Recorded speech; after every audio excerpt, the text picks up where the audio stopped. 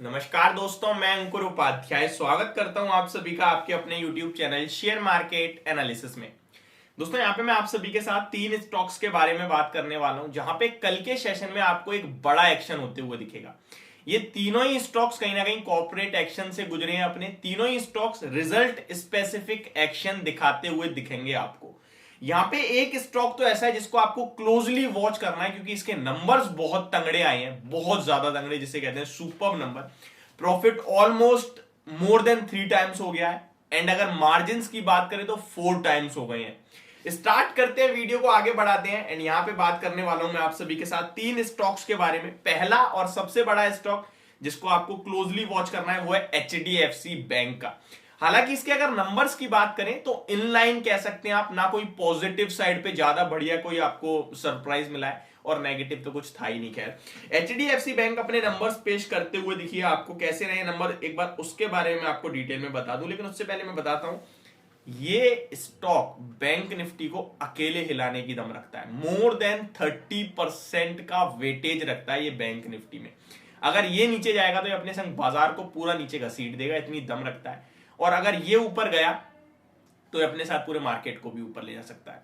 देखिए, अगर इसलिए यूज कर रहा हूं क्योंकि रिजल्ट से हमें कुछ एक वन साइडेड डायरेक्शन नहीं मिल रही है। मार्केट में जब अच्छे नंबर आ रहे हैं तो स्टॉक गिर रहे हैं, तो ये तो इनलाइन और एवरेज है, बल्कि स्लाइटली बेटर ही है, यानी कि स्लाइटली पॉजिटिव नंबर्स ही हैं अगर आप देखें तो।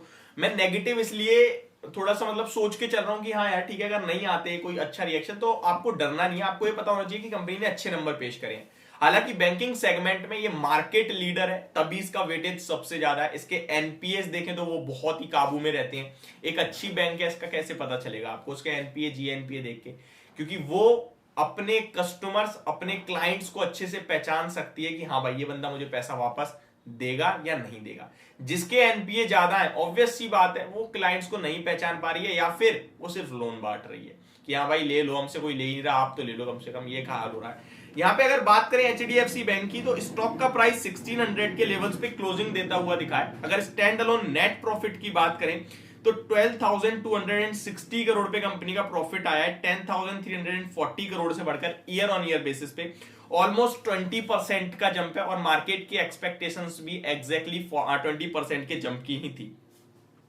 अगर इसके Q3 के जीएनपी यानी ग्रॉस नॉन परफॉर्मिंग एसेट्स की बात करें तो अराउंड 1.23% पे आए हैं, जो कि लास्ट क्वार्टर भी एग्जैक्टली 1.23% पे थे। तो सिमिलर कुछ चेंज नहीं हुआ है। एंड सेम नेट एनपीए भी देखें तो वो भी एग्जैक्टली 0.33% पे आए हैं, 0.33% के सामने क्वार्टर ऑन क्वार्टर बेस पे। तो इनलाइन नंबर आप कह सकते हैं। वॉल्यूम्स की बात करें तो वॉल्यूम्स थोड़े कम ट्रेड हुए थे फ्राइडे के सेशन में। अगर मैं 5 दिन का एवरेज देखूं तो 60 लाख शेयर्स का है, और फ्राइडे को आपके 46 लाख शेयर्स ही ट्रेड हुए। लेकिन डिलीवरी परसेंटेज बहुत औसम है, यानी कि जो ट्रेड कर रहा है घर लेके जा रहा है। 65% की डिलीवरी परसेंटेज मुझे फ्राइडे की दिख रही है। एंड अगर मैं 5 दिन का एवरेज देखूं तो 69% की डिलीवरी है। दैट मींस इन्वेस्टर्स जो हैं, जो इसमें पैसा लगा रहे हैं, वो निवेश कर रहे हैं, वो पोजिशनली खरीद रहे हैं और स्टॉक को अपनी पोर्टफोलियो में कैरी कर रहे हैं। तो ये स्टॉक हो सकता है आपको आने वाले समय में अच्छा मूव देता हुआ दिखे। बैंकिंग से वैसे मुझे मेरी जो टॉप पिक है वो इस समय कहीं ना कहीं जो अच्छा करता हुआ दिख रहा है, वो एक छोटी बैंक से फेडरल बैंक और बड़ी बैंक से आईसीआईसीआई मुझे काफी पसंद है। नेक्स्ट स्टॉक है विप्रो। आईटी सेक्टर के रिजल्ट्स आ ही रहे हैं, आपने देखा टीसीएस के आ चुके, इंफोसिस के आ चुके, एचसीएल टेक के आ चुके, एंड फाइनली विप्रो भी अपने नंबर पेश कर चुका है। और नंबर्स जो हैं ये भी आप कह सकते हैं इनलाइन और बेटर, स्लाइटली बेटर है। इस कंपनी की बात करें तो इसका एडीआर कुछ रिएक्शन दे नहीं रहा था रिजल्ट्स के बाद। फ्राइडे को नंबर्स आए लगभग 3:30-4 बजे करीब, एडीआर रात में 1% गिरकर ही बंद हुआ है। तो कुछ पॉजिटिव संकेत तो नहीं आए एडीआर से। बाकी देखो कैसा रिएक्शन देता है। 394 रुपीज के लेवल्स पे स्टॉक क्लोजिंग देता हुआ दिखा है, बट कमेंट्री बहुत स्ट्रॉन्ग थी कंपनी की।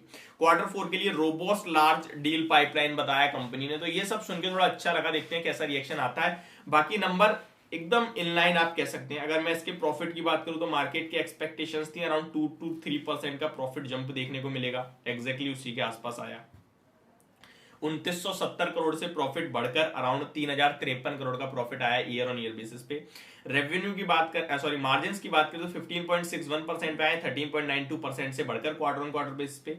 रेवेन्यू की बात करें तो 23,229 करोड़ पे आए हैं, 22,539 करोड़ के सामने क्वार्टर ऑन क्वार्टर बेसिस पे। अब आता हूं मैं एक ऐसे स्टॉक के पास जिसके नंबर बहुत तंगड़े हैं, जिसके बारे में आपके साथ शुरू में डिस्कस कर रहा था, एंड इस शेयर का नाम है जस्ट डायल। ये किसी के रडार पे नहीं है, लेकिन इस कंपनी ने जो नंबर पेश करे वो बहुत तंगड़े हैं। स्टॉक की बात करें तो नेट प्रॉफिट 75 करोड़ पे आते हुए दिखा है, 19 करोड़ से बढ़कर ईयर ऑन ईयर बेसिस पे प्रॉफिट मोर देन 3 टाइम्स हो गया है। क्वार्टर ऑन क्वार्टर भी देखोगे तो आप 52 करोड़ से बढ़कर 75 करोड़ पे आया है। रेवेन्यू की बात करूं तो ईयर ऑन ईयर बेसिस पे लगभग 159 करोड़ के सामने 220 करोड़ पे रेवेन्यू पोस्ट करा है कंपनी ने।